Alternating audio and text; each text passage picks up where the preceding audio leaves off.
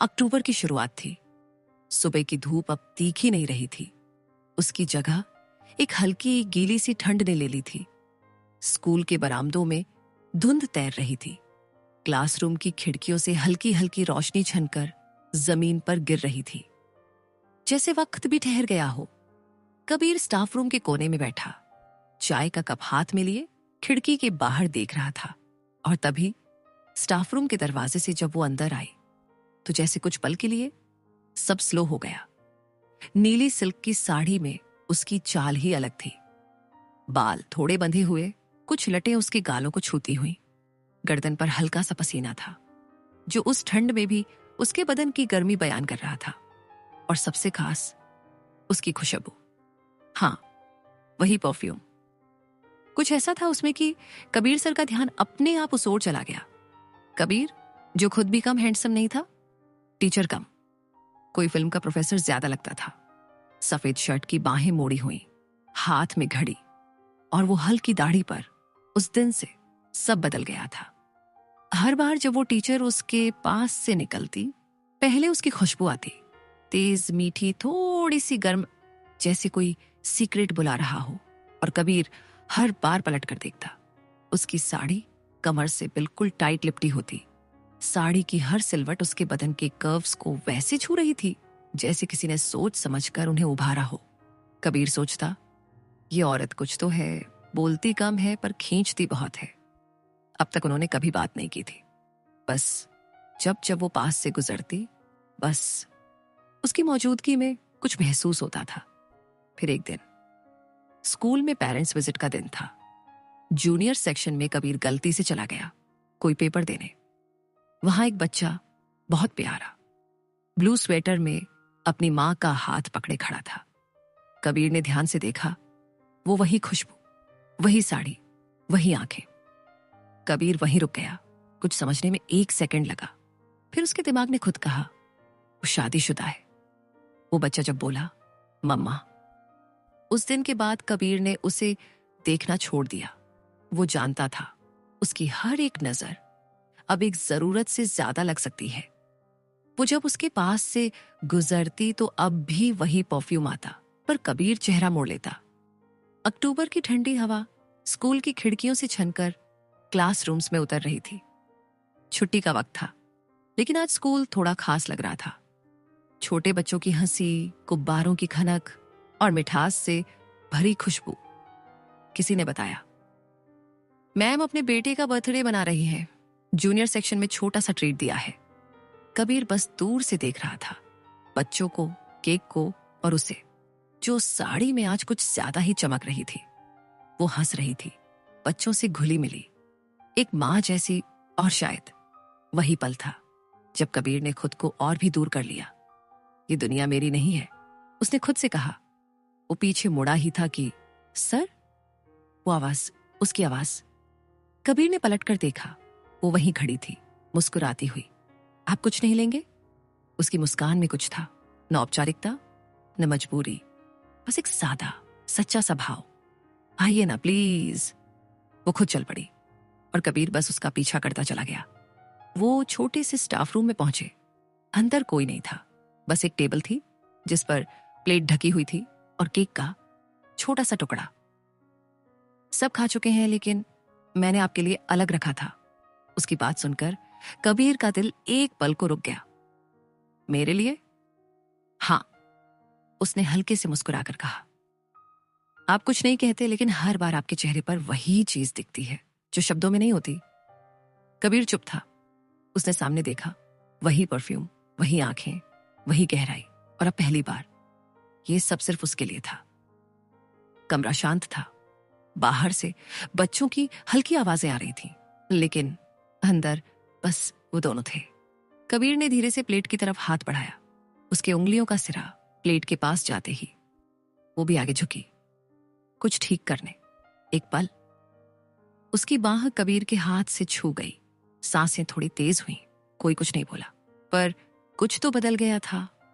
कबीर ने प्लेट से एक बाइट लिया। कुछ बेसन की बर्फी थी और साथ में मसाला पूरी और आलू की सब्जी। बस एक ही बाइट में वो रुक गया।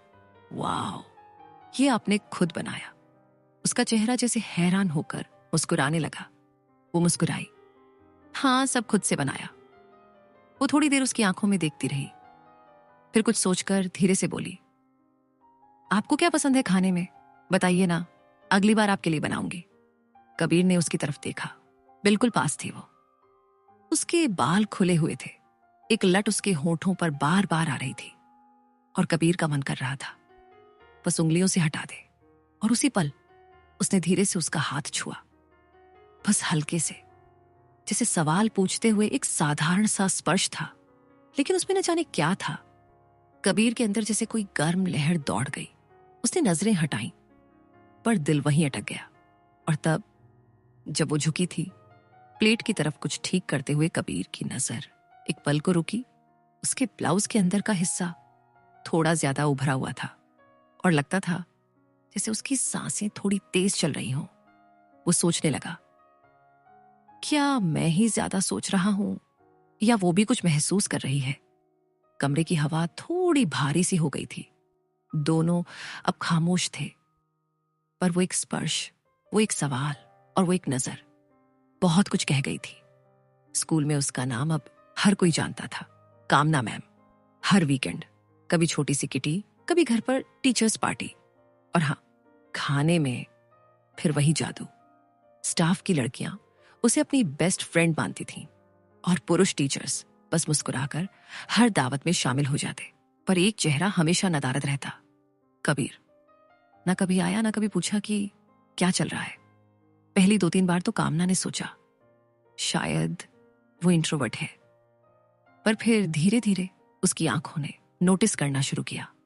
उसे ये बात खटकने लगी और शायद लुभाने भी लगी। कितना अजीब है ना, उसने एक दिन अपनी दोस्त से कहा, जो सबसे ज्यादा शांत रहता है वही सबसे ज्यादा महसूस होता है। फिर एक दिन स्कूल में छोटा सा गेट टुगेदर था। लाइब्रेरी के हॉल में सब थे, सिर्फ कबीर को छोड़कर। वो सबको मुस्कुरा मुस्कुरा कर खाना सर्व कर रही थी, लेकिन उसकी नजरें दरवाजे पर अटकी थीं।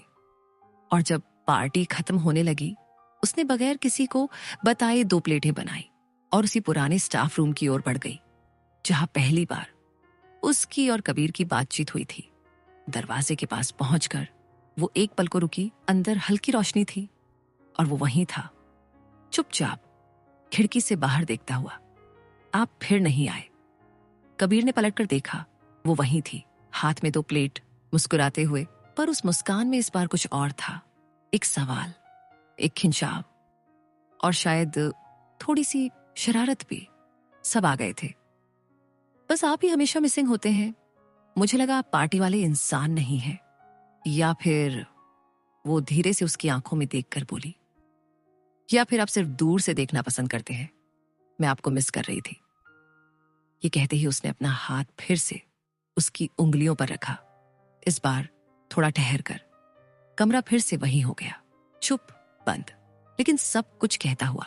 उसने प्लेट टेबल पर रखी और पास बैठ गई। कबीर अब तक शांत था, लेकिन अंदर कुछ गर्म सा चल रहा था, कुछ अलग। आज उसने हल्के अंदाज में कहा, मैं पार्टियों में नहीं आता क्योंकि भीड़ में मुझे मजा नहीं आता। मैं अकेले बैठकर बातें करने वाला इंसान हूं। उसने सोचा वो बस मुस्कुरा देगी और चली जाएगी, जैसे कुछ हुआ ही नहीं। पर उसकी बात सुनकर वो थोड़ी चुप हुई, फिर हल्के से मुस्कुराकर बोली, मुझे भी पसंद है। भीड़ में सब कुछ फेक लगता है। ये पार्टियां बस टाइम पास है। इस छोटे से शहर में कुछ नया करने को नहीं होता बस। कबीर उसकी आंखों में देख रहा था, लेकिन दिमाग उसकी बातों में नहीं था, क्योंकि आज उसकी आंखें अलग चमक, और उससे भी ज्यादा उसकी साड़ी के नीचे की परतें कुछ ज्यादा साफ थीं। उसका ब्लाउज हल्के फैब्रिक का था और आज उसके नीचे कुछ भी नहीं था। कबीर की नजरें एक पल को वहीं अटक गईं। हर सांस के साथ जो हल्का सा हिलता था, वो अब सीधा उसकी रगों में उतर रहा था। कामन को शायद अंदाजा था, या शायद यही चाहती थी। उसने उसकी नजरें पकड़ ली और थोड़ा झुककर वही हाथ उसके हाथ पर फिर से रखा। शाम को कॉफी पियोगे मेरे घर पे? आवाज धीमी थी, लेकिन शब्द बिल्कुल साफ। कबीर का दिल जैसे एक पल को जोर से धड़का। वो मुस्कुराई और पास से उठते हुए बोली, तो ठीक है, 7 बजे मैं इंतजार करूंगी। और जाते जाते एक बार फिर उसका ब्लाउज, उसकी कमर और उसकी महक। वो शाम बीत गई, कबीर नहीं गया। कामना ने इंतजार किया, कॉफी बनाई, घर हल्के म्यूजिक से भरा था, लेकिन दरवाजे पर कोई दस्तक नहीं हुई। वो समझ नहीं पा रही थी, नाराज हो, डर रहा हो या खुद से लड़ रहा हो। पर उसने उस रात कोई मैसेज नहीं किया। अगले दिन शाम को फोन पर एक छोटा सा मैसेज किया, your rude but it's your choice whether you come और नॉट। बस इतना। पर कहीं ना कहीं छुपी हुई चुभन थी उसमें। कबीर ने देखा, मैसेज पढ़ा, फिर देर तक फोन को ताकता रहा। कई दिन बीत गए। वो नजरों से तो मिलती रही, पर बात नहीं हुई। फिर एक दिन स्टाफ रूम में बैठते हुए जब वो उसके पास आई, वो खुद बोला, उस दिन मैं आना चाहता था, पर एक छोटे से एक्सीडेंट में थोड़ा घुटना मुड़ गया उस दिन, इसलिए लेटा रहा बस। वो थोड़ी देर चुप रही, फिर हल्की मुस्कान के साथ उसके बगल में बैठ गई। तो तुम्हारा घुटना तुम्हें बचा ले गया? उसके लहजे में शरारत थी। कबीर कुछ बोल पाता उससे पहले उसने अपना हाथ धीरे से उसकी जांघ पर रखा और फिर हल्के से उसके घुटने तक ले जाकर दबा दिया। यही सजा है तुम्हें उस दिन मुझे डिच करने की, वो उसकी आंखों में देखते हुए बोली। कबीर का शरीर जैसे एक पल को गर्म हो उठा। उसके हाथ का वो हल्का सा दबाव, जैसे कोई बिजली सी दौड़ गई हो। वो कुछ नहीं बोला, पर उसकी आंखें बहुत कुछ कह गईं। कामना अब जरा और पास हो गई थी। उसके ब्लाउज का फ्रंट अब और साफ दिखाई दे रहा था और आरव की सांसें अब थोड़ी अनियंत्रित हो चली थीं। कमरे में सन्नाटा था और बाहर से आती हल्की बारिश की आवाज, पर भीतर कुछ और ही बरस रहा था। शनिवार की दोपहर थी, स्कूल बंद था, मौसम थोड़ा बादलों भरा और कबीर के अंदर एक बेचैनी थी जो कई दिनों से दबी हुई थी। उसने मोबाइल उठाया और बस एक छोटा सा मैसेज भेजा, is the coffee invitation still open? कुछ ही देर में रिप्लाई आया, and what about your knee injury mister? Kabir मुस्कुराया, इट्स बेटर नाउ, काफी बेटर। कुछ सेकंड रुककर फिर पूछा, टाइम? उधर से जवाब आया, अराउंड 7:30, शाम 7:30 बजे। कबीर उसकी गली के कोने पर खड़ा था। दिल धड़क रहा था, हर कदम एक सोच के साथ भरा हुआ। घर का दरवाजा आधा खुला था, हल्की सी पीली रोशनी अंदर से झांक रही थी और जब उसने दरवाजा खटखटाया वो सामने आई। इस बार कामना ने कुछ हटके पहना था, एक मुलायम सी घर की ड्रेस, बिना दुपट्टा, गले की हल्की सी कटिंग से झांकता उसका यथार्थ, और वही महक जो कभी गलियारे में उड़ती थी आज ठीक उसके सामने थी। वेलकम, उसने धीमे से कहा। ड्राइंग रूम में हल्की रोशनी थी, टीवी पर कार्टून चल रहे थे और उसका बेटा कंबल में लिपटा हुआ सा मुस्कुरा रहा था। कबीर को देखकर ज्यादा घुला नहीं, बस धीरे से उसकी तरफ देखा और फिर स्क्रीन में खो गया। कामना रसोई में गई और कुछ देर बाद कॉफी की सौंधी खुशबू कमरे में फैल गई। दोनों ने कॉफी के कप उठाए और एक दूसरे की आंखों में बिना बोले कई बातें कह डाली। कामना बैठी थी अपनी टांगे मोड़कर सोफे पर। उसकी ड्रेस थोड़ी सरक गई थी, कंधे तक खुली, लेकिन सहज कबीर की नजरें बार बार फिसलती थीं, पर रुकती नहीं थीं। छूने जैसा महसूस होता, बस देखने भर से। तुम हमेशा इतने चुप क्यों रहते हो? उसने पूछा, कॉफी का एक सिप लेते हुए। कबीर ने हल्का मुस्कुराकर जवाब दिया, क्योंकि मैं देखना ज्यादा पसंद करता हूं। और अंदर क्या है? उसने उसकी तरफ झुकते हुए पूछा। कमरे में एक सेकंड की चुप्पी छा गई। टीवी का वॉल्यूम अब बहुत धीमा था और उसका बेटा अब सोते सोते उंगलियां चूस रहा था। सो गया मेरा शेर, उसने प्यार से बेटे के सिर पर हाथ फेरते हुए कहा। फिर कबीर की तरफ देखा। मैं इसे बेडरूम में सुला देती हूं, तुम भी वहीं आ जाओ ना, काउच पे बैठ जाना, वहां ज्यादा सुकून है। कबीर चुपचाप खड़ा हो गया। वो उसे अंदर ले गई। कमरा थोड़ी सी हल्की ब्लू लाइट से भरा था। एक कोने में डबल बेड, एक कोने में काउच और दीवार पर कुछ फैमिली फोटो। कामना ने बेटे को बेड पर लिटाया, चादर ओढ़ाई और धीरे धीरे उसके माथे पर हाथ फेरते हुए लोरी जैसा कुछ गुनगुनाया। कबीर एक और काउच पर बैठा था। कमरे में उसकी धीमी आवाज, रात की खामोशी और हवा में वही जानी पहचानी खुशबू थी। लेकिन आज खुशबू ज्यादा पास थी और कामना, जो अब सिर्फ मां नहीं लग रही थी बल्कि एक औरत थी जो खुद को छुपाते छुपाते अब थोड़ा दिखा देना चाहती थी। बच्चा अपने छोटे से बेड में सो गया था, आंखें बंद, सांसें एक रिदम में, और कमरे में एक सुकून सा बिखरा हुआ। कामना उठी, कमरे की लाइट ऑफ कर दी और कबीर को साथ लेकर दूसरे कमरे में आई। वो रूम थोड़ा अलग था। हल्का गुलाबी बल्ब, खिड़की आधी खुली और अंदर की हवा में उसके बदन की खुशबू साफ मिलती थी। वो चुपचाप जाकर बेड पर बैठ गई, गहरी सांस ली, जैसे पूरे हफ्ते की थकान को अपनी छाती से निकाल रही हो। फिर बालों की क्लिप खोली। उसके बाल खुलते ही आरव की सांसें थोड़ी तेज हो गईं। वो आज दुपट्टा लिए हुई थी, लेकिन जैसे भूल गई थी कि उसके सूट का कपड़ा इतना हल्का है कि कुछ छुपता ही नहीं था। कबीर की नजरें अब भी संजीदा थीं, लेकिन अब उनमें एक धुंधली आग थी। वो वहीं पास बैठा, जरा मुस्कुराया। और बताओ, कामना ने उसने पूछा। कबीर ने हल्के अंदाज में कहा, अच्छा एक बात बताओ, अगर मैं तुम्हें किस करूं तो क्या तुम माइंड करोगी? कमरा बिल्कुल शांत हो गया। सिर्फ पंखे की धीमी आवाज थी। वो ना हिली न कुछ बोली, बस उसकी उंगलियां बालों में उलझी रह गईं। कबीर को लगा शायद कुछ ज्यादा बोल दिया। थोड़ी झेप के साथ उसने बात बदलने की कोशिश की। वैसे ये कॉफी बहुत अच्छी थी। लेकिन तभी एक धीमी आवाज की आई, नहीं। कामना कबीर की आंखों में देखते हुए बोली, नहीं करूंगी माइंड। कबीर ने पलटकर उसकी तरफ देखा। कमरे की हवा अब और भी भारी हो गई थी। ना कोई सवाल बाकी था, ना कोई जवाब। बस एक कदम और वो फासला मिट सकता था। उसकी वो नहीं करूंगी माइंड वाली बात के बाद कबीर कुछ और कह पाता, उससे पहले वो खुद उसके और करीब आ गई। कबीर को लगा अब वो उसे धीरे धीरे छुएगा, उसके चेहरे पर हाथ रखेगा, शायद कुछ कहेगा और फिर उसके होंठों तक जाएगा। लेकिन हुआ उल्टा। वो बस उसके इतने पास आई कि उसकी सांसें अब उसकी गर्दन पर महसूस होने लगी। और फिर उसने कबीर की कॉलर पकड़कर उसे अपनी तरफ खींच लिया, एक झटके में। कबीर को एक सेकंड लगा समझने में। ये वही औरत है जो स्टाफ रूम में बच्चों की कॉपीज चुपचाप चेक करती थी, जो हंसते हुए पार्टी देती थी। नहीं, ये कोई और थी। वो कोई अभी अभी जागी हुई औरत नहीं थी। वो तो जैसे प्यास से तपती रेत थी, जिसे अब बरसात चाहिए थी, पूरा गहराई तक। उसके हाथ अब कबीर की पीठ पर कसकर घूम चुके थे। उसके होंठ थोड़े खुले थे और आंखों में वो लाली नहीं थी जो शर्म की हो। वो तो तेज भूख की आग थी। कबीर को लगा वो उसे छुएगा, उसे कंट्रोल करेगा। लेकिन यहां तो जैसे वो खुद किसी तूफान में बह गया था। उसके सूट का कपड़ा अब और हल्का लग रहा था, जैसे अब वो खुद भी नहीं चाहती थी कि कुछ छिपा रहे।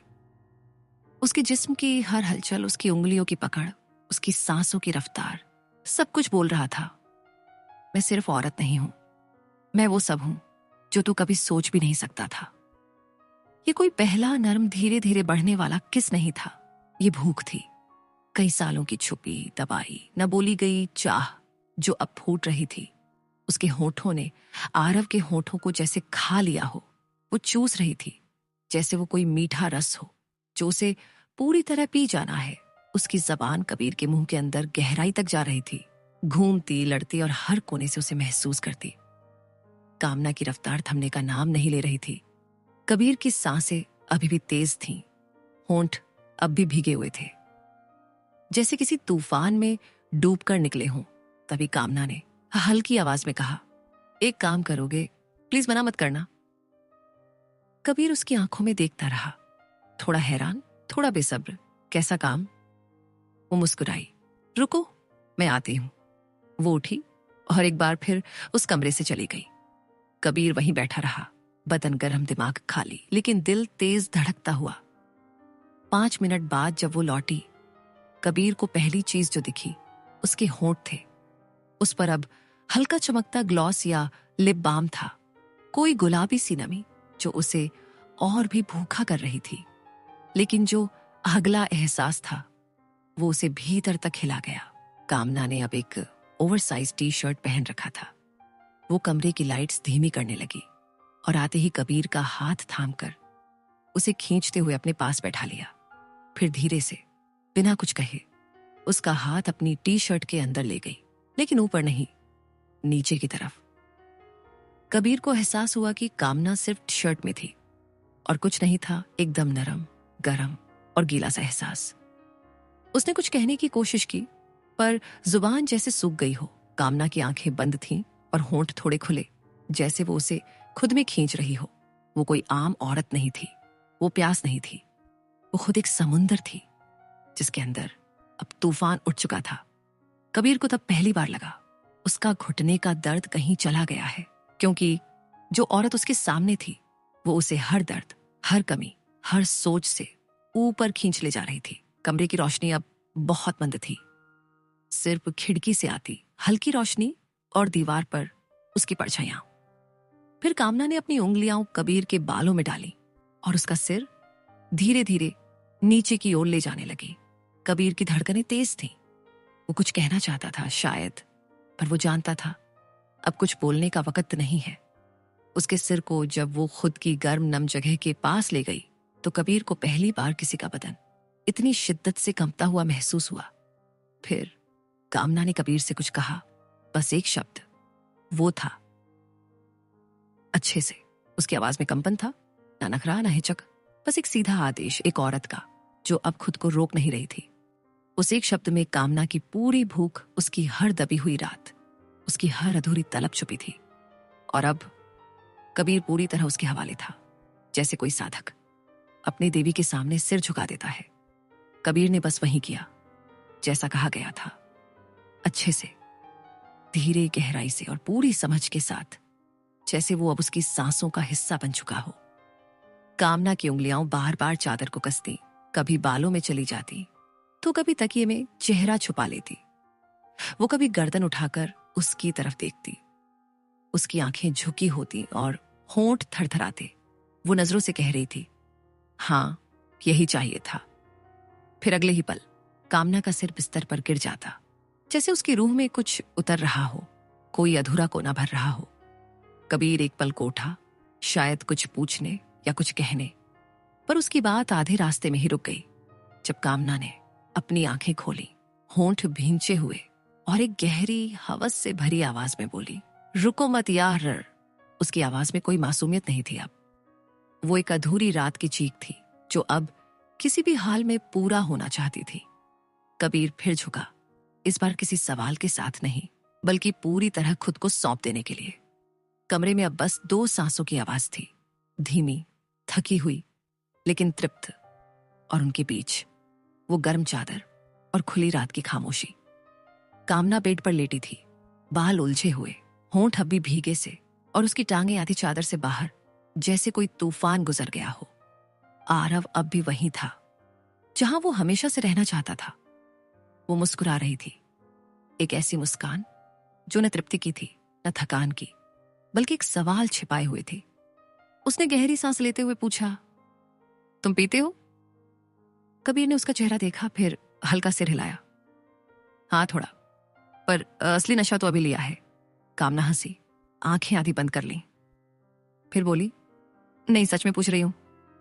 कबीर अब थोड़ा सीरियस हुआ, बोला, वेल एक्चुअली एक फैंटेसी है मेरी कि मैं एक दिन धीरे धीरे अपना ड्रिंक ले रहा हूं और उसी वक्त तुम नीचे हो और मुझे वही सुख दे रही हो जो मैंने तुम्हें अब भी दिया।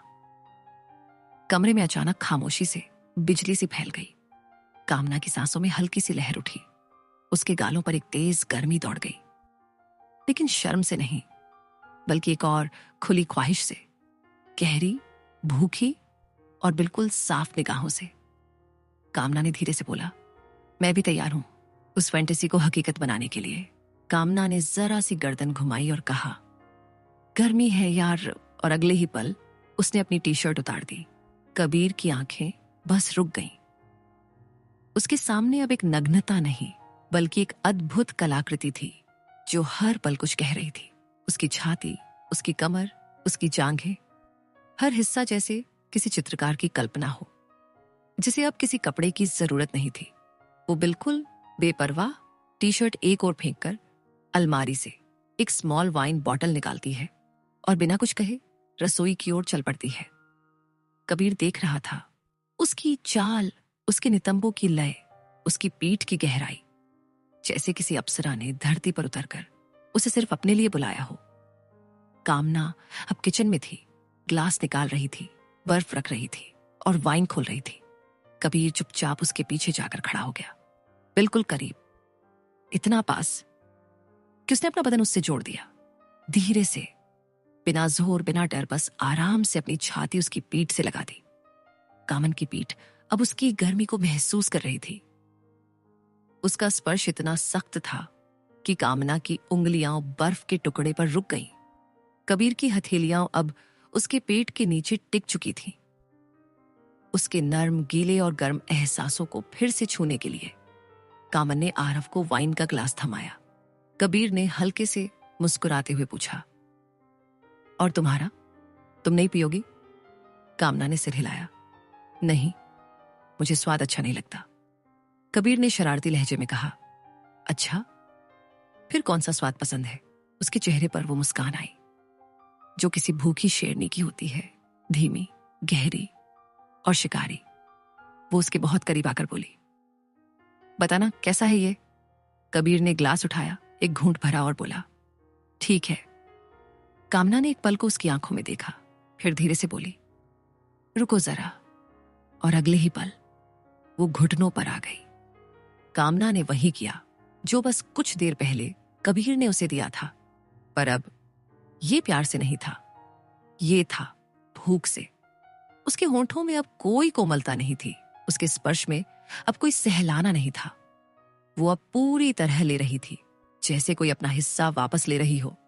कबीर की उंगलियां उसकी बालों में थीं, पर वो थाम नहीं पा रहा था, क्योंकि कामना अब नरमी नहीं दे रही थी, वो उसे खुद के अंदर समेट रही थी।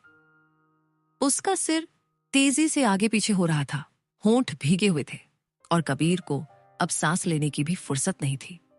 ये वही औरत थी जो स्कूल में मुस्कुराकर टीचर्स को समोसे परोसती थी, और आज वो किसी समोसे को नहीं, उसकी आत्मा को खा रही थी, बिना माफी, बिना इजाजत।